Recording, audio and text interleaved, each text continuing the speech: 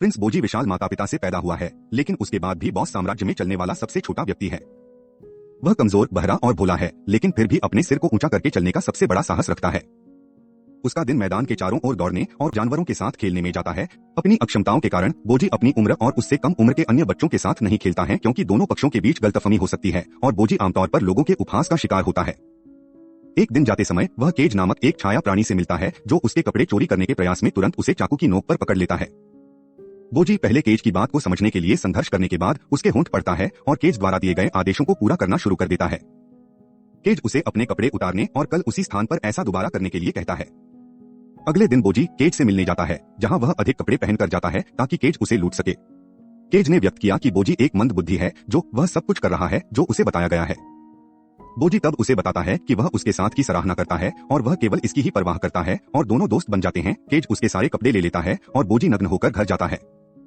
एक दिन बोजी केज को घर ले जाता है और अपनी सौतेली माँ रानी हिलिंग का सामना करता है, जो उसे हमेशा नग्न होकर घर वापस आने के लिए उसका और भी अधिक उपहास करती है। वह बोजी को कपड़े पहनने और अपने पिता से मिलने के लिए कहती है। कपड़े पहनते समय बोजी दिन में प्राप्त सभी उपहास के लिए खुद से रोता है, लेकिन जल्दी से एक बहादुर चेहरा बना लेता है। केज उसे देखकर उसके लिए खेद महसूस करता है और भावनात्मक रूप से उसके करीब होने लगता है। बोजी अपने पिता किंग बॉस को देखने के लिए जाता है, जो रैंकिंग प्रणाली पर 7वें स्थान पर हैं। राजा बोजी से कहता है कि उसे अपने राज्य पर शासन करने के लिए पर्याप्त शक्तिशाली होना होगा और डोमस को उसे तलवारबाजी सिखाने का आदेश देते हैं। डोमस आदेश स्वीकार कर ट्रेनिंग शुरू करता है। प्रशिक्षण करते हुए बोजी का युवा सौतेला भाई प्रिंस डियाडा, जो बड़ा और अच्छी तरह से विकसित है, डोमस को चुनौती देता है। वे तलवारबाजी करते हैं और बोजी, डोमस और डियाडा दोनों की प्रशंसा करता है। डोमस डियाडा से हार जाता है, जिसकी ताकत बॉसे के राजा जैसी है, और बोजी अपनी तलवार से डोमस की रक्षा करने के लिए उसकी जगह लेता है। मैच की घोषणा घर में की जाती है और हर कोई इसे देखने के लिए आता है। डियाडा पहले हमला करता है, लेकिन बोजी अनगिनत बार उसे डॉज करके डियाडा के सिर पर अपना नरम झटके से जवाबी हमला करने में सक्षम होता है, जो सभी को प्रभावित करता है, केज को भी, जो उसे चीयर करता है। हर बार जब बोजी डॉज कर धीरे से डियाडा पर पलटवार करता है तो डियाडा पागल हो जाता है। डोमस उन्हें रोकता है और बोजी को संकेत देता है कि मैच में डॉज करना बंद करे, जिस कारण बोजी पीटा जाता है और रोता है। बोजी के साथ यह क्रूरता होती रहती है, लेकिन सोर्ड ऑफ किंग अपेस, जो छत से देख रहा है, एक भाला फेंकता है जो लड़ाई को रोक देता है, जिससे डियाडा मैच का विजेता बन जाता है। बोजी मैच से घायल हो जाता है, जिसके पूरे शरीर पर पट्टी बंधी है और वह बिस्तर पर पड़ा हुआ है। वह उन शब्दों को याद करता है जो डोमस ने उससे पहले संकेत से कहे थे कि डियाडा के हमलों को डॉज करना बंद करो, क्योंकि यह शाही तलवारबाजी का तरीका नहीं है, और वह बिस्तर से रेंगकर एक सामान्य आकार की तलवार के पास जाकर उसे उठाने की कोशिश करता है। वह इसे उठाने में विफल रहता है, क्योंकि वह बहुत छोटा है और उसके पास ताकत नहीं है। वह अपनी आंखों से तब तक रोता है जब तक कि केज उस पर एक सिक्का नहीं फेंकता। वह केज का सामना करने के लिए मुड़ता है, पर वह अपने आंसू पोंछकर एक बहादुर चेहरा बना लेता है ताकि खुद को केज के सामने शर्मिंदा न कर सके। केज उसे बताता है कि उसके पास शर्मिंदा होने के लिए कुछ भी नहीं है और उसकी तलवारबाजी विशिष्ट रूप से उसकी अपनी है। केज बोजी को दिखाता है कि उसके कपड़े कहाँ हैं और केज उसे बताता है कि वह उससे कभी भी कुछ नहीं लेगा, क्योंकि वह अब से उसके पक्ष में है। बोजी के सोने के दौरान केज बोजी के बगल में रहता है और जब वह जाने वाला होता है तो कोई कमरे में आता है। उसके पैरों और उसकी एड़ियों पर उसकी पोशाक से पता चल जाता है कि वह एक महिला है, और जैसे ही केज सोचता है कि वह कुछ बुरा करेगी, वह अपने हाथों को बेहोश बोजी के ऊपर रखती है और वे एक जादुई हरे रंग की चमक बिखेरती हैं, जिससे धीरे धीरे बोजी की चोट ठीक हो जाती है। केज यह जानकर चला जाता है कि बोजी अब सुरक्षित हाथों में है। वह एक सांप हैंडलर और डियाडा के तलवारबाजी शिक्षक बेबिन से मिलता है, जिसे केज ने पहली बार महल में जाने पर मुलाकात की थी, जहां बोजी रहता है। बेबिन हत्यारों के कबीले से संबंधित छाया प्राणी होने के लिए केज को मार डालना चाहता था, लेकिन केज बच गया था और अब वे फिर से मिलते हैं। अगले दिन राजा बोसे की मृत्यु हो जाती है और उनके शरीर के सामने उनकी इच्छा पढ़ी जाती है। वे राज्य के पहले राजकुमार बोजी को सिंहासन का उत्तराधिकारी घोषित करते हैं और यह सभी को चौंका देता है। रानी हिलिंग अपने मृत राजा की इच्छाओं को अस्वीकार करने और इच्छा को तोड़ने के बाद प्रिंस डियाडा को राज्य के लोगों के लिए नए राजा के रूप में प्रस्तुत करती है। बोजी इससे आहत होता है और वह रोते हुए वहां से दूर भाग जाता है। केज का फिर से सामना करने के बाद बेबिन बोजी को बताने के लिए जाता है कि केज एक यात्रा के लिए निकल गया है। बोजी अपने दम पर केज की तलाश करने जाता है। वह सांप के पास जाता है, जहां एक विशालकाय सांप को उसने बचाया था जब वह छोटा था, जिसे मित्सुमाता कहा जाता है। मित्सुमाता बोजी को बताती है कि उसके मालिक बेबिन ने केज को पकड़ लिया है, लेकिन उसे एक महत्वपूर्ण यात्रा पर जाने दिया जो वह बोजी को नहीं बता सकता है। लेकिन वह उसे यह भी आश्वासन देती है कि यह उसे नुकसान पहुंचाने के लिए नहीं है। बोजी को याद है कि कैसे उसे राजा बनने के लिए चुना गया था, लेकिन उसका विरोध किया गया था क्योंकि वह कमजोर था, और कैसे केज ने उसके साथ रहने का वादा किया था। बोजी केज को फॉलो करने के लिए तैयार है।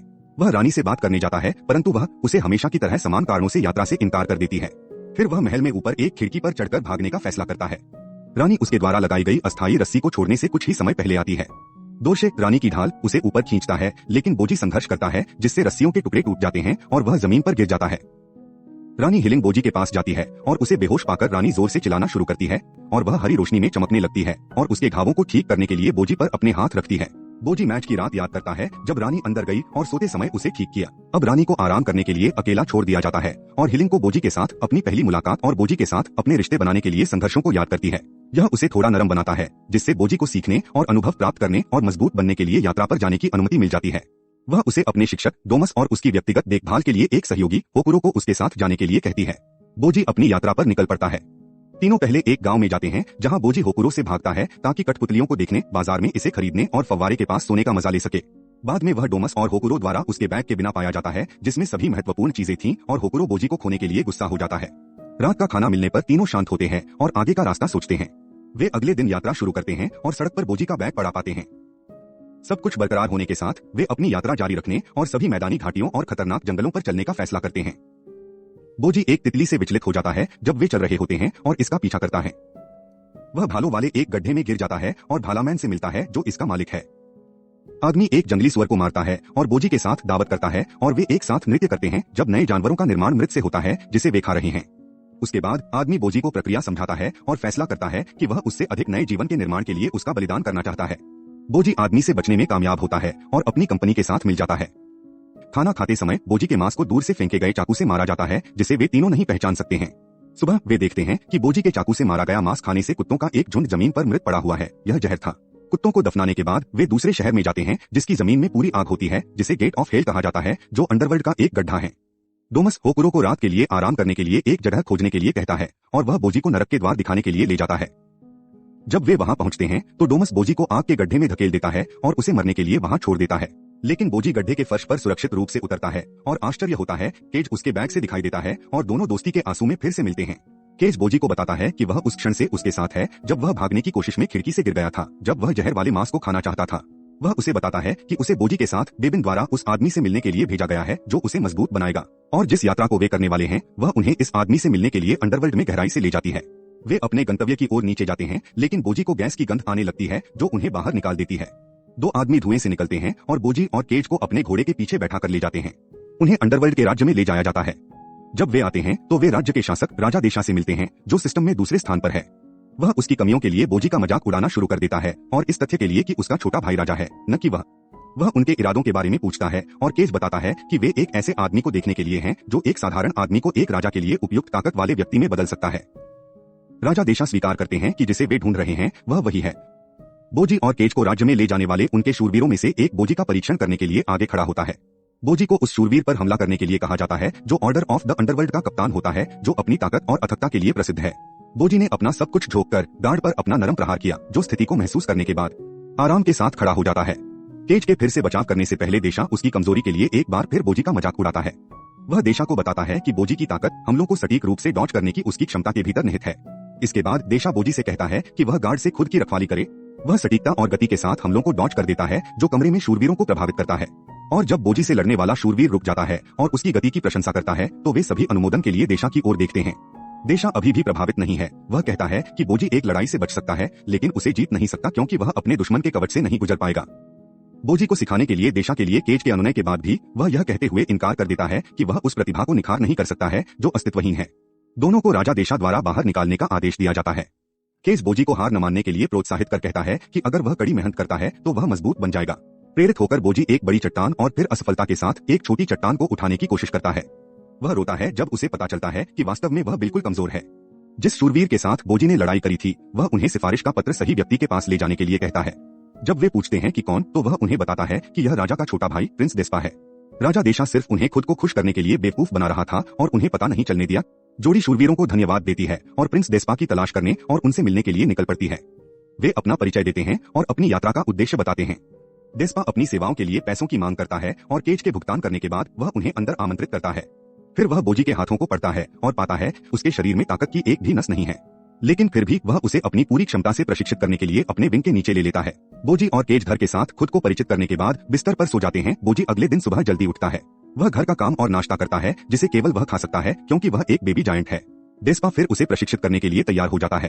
दिन रात बोजी दृढ़ संकल्प के साथ प्रशिक्षण लेता है जब तक कि एक दिन जब केज बाहर सफाई कर रहा था तो उसे एक जोरदार धमाका सुनाई देता है जो जमीन पर भी गूंजता है।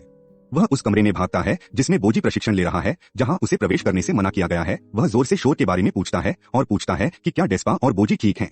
जब डेस्पा केज के सवालों का जवाब देने के लिए दरवाजा खोलता है तो केज को एक चट्टान के सामने बोजी की एक झलक दिखाई देती है, जिसे आधे में विभाजित किया गया है। दरवाजा धीरे धीरे उसके चेहरे पर बंद हो जाता है, जिससे वह बोजी की प्रगति के बारे में सोचता है। बोजी ने अंततः डेस्पा के प्रशिक्षण के तरीके इसमें पूरी तरह से महारत हासिल करने के बाद अपना प्रशिक्षण पूरा कर लिया। बोजी, केज और डेस्पा बोजी के प्रशिक्षण पूरा होने का जश्न मनाने के लिए जाते हैं। लेकिन जैसे ही वे दरवाजे से बाहर निकलते हैं, केज नोटिस करता है कि बोजी के पास एक तलवार है और इसके बारे में पूछता है। बोजी इसे स्विंग करता है और केज को प्रभावित करता है, लेकिन जब वह इसे म्यान से बाहर निकालता है तो केज पूरी तरह से निराश हो जाता है क्योंकि यह पतली और सुई जैसा दिखती है। डेस्पा केज के संदेह के बारे में उसका सामना करता है। केज बोजी से माफी मांगता है और वे अपने उत्सव के लिए जाते हैं। जब वे खा रहे होते हैं तो 3 राक्षस जो अंडरवर्ल्ड के नागरिक हैं, उनके पास आकर लड़ाई शुरू करते हैं।